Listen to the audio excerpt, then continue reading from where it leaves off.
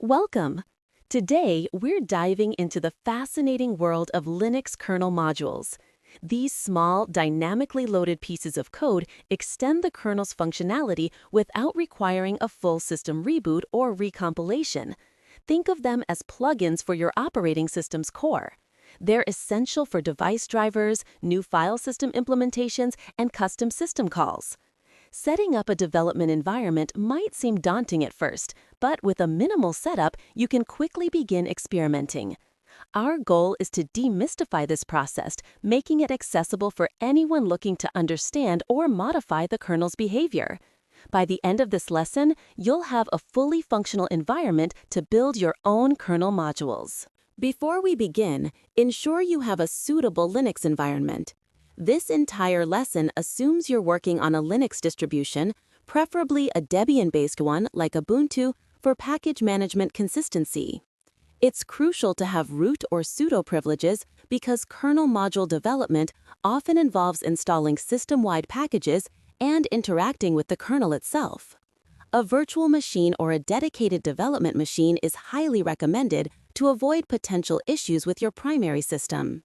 While the risks are minimal with simple modules, always exercise caution when dealing with kernel-level code. Our first step is to install the fundamental tools needed for C development. On Debian-based systems, this is conveniently bundled into the Build Essential package. This package includes the GNU C compiler, GCC, GNU Make, and other essential utilities like dpkdev for building Debian packages. These tools are indispensable for compiling source code into executable binaries, or in our case, loadable kernel modules. Open your terminal and run sudo apt update to refresh your package lists, followed by sudo apt install build essential. This command will fetch and install everything required.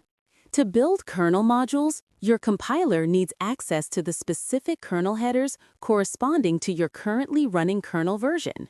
These headers provide crucial definitions, data structures, and function prototypes that the kernel uses internally. Without them, your module won't know how to interact with the kernel correctly, leading to compilation errors. You can find your current kernel version by typing uname-r. Then install the matching headers using sudo apt install linux headers-uname-r. This ensures your build environment precisely matches your kernel. A clean and organized workspace is crucial for development. Let's create a dedicated directory for our kernel module projects. A good practice is to create a folder like /home/kernel_modules in your home directory. Inside this, you can create subdirectories for individual projects. For our first Hello World module, we'll create /home/kernel_modules/hello module. This structure helps keep your projects isolated and easy to manage. Navigate into this new directory after creating it. All our subsequent files will reside here.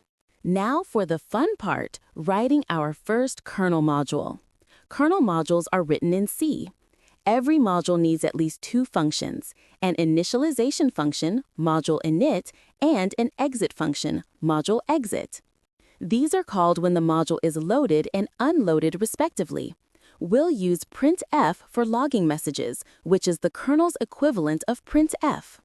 Create a file named hello.c in your /home/yourname/kernel-modules/hello module directory with the code shown.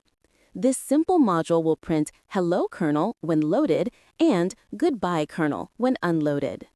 To compile our kernel module, we use a makefile. This file tells the make utility how to build our project. For kernel modules, the makefile is slightly different from user space applications because it needs to interact with the kernel's build system. Create a file named makefile in the same using /kernel-modules/hello module directory. The key line is kdr equals /lib/modules $$ shell /uname-r/build, which points to your kernel's build directory where the headers and core build rules reside. obj-m equals hello.o tells the kernel build system to build hello.ko from hello.c. This setup simplifies complex compilation steps. With your hello.c source code and makefile in place, it's time to compile. Ensure you are still in your .tilde/kernel modules/hello module directory. Simply run the make command. This will invoke the kernel's build system, compiling your C file into a .ko kernel object file. If successful, you'll see several output messages from make as it processes the files. The crucial output is the hello.ko file, which is your compiled kernel module. This .ko file is what you'll load into the kernel. If you encounter errors, double-check your makefile and hello.c code for typos and ensure your kernel headers are correctly installed. Now that hello.co is compiled, let's load it into the kernel. Use sudo insmod hello.co to insert the module. To verify it's loaded, you can check lsmod, which lists loaded modules, or dmesg, which shows kernel messages. You should see hello kernel in dmesg. To remove the module, use sudo rmmod. Again, check dmesg for goodbye kernel. It's vital to unload modules when you're done, especially during development, to avoid resource leaks or conflicts. Congratulations, you've successfully interacted with your kernel. While we've covered the basics, you might encounter issues. Common problems include mismatched kernel headers, typos in C code or makefile, or permission errors. Always check dmesg for kernel-level errors, as insmod might fail silently from a user perspective. For further learning, explore kernel module parameters, how to interact with user space applications, and more complex kernel APIs. The Linux kernel documentation is an invaluable resource. This minimal setup provides a solid foundation for delving deeper into kernel development, device drivers, and system programming. Keep experimenting and learning.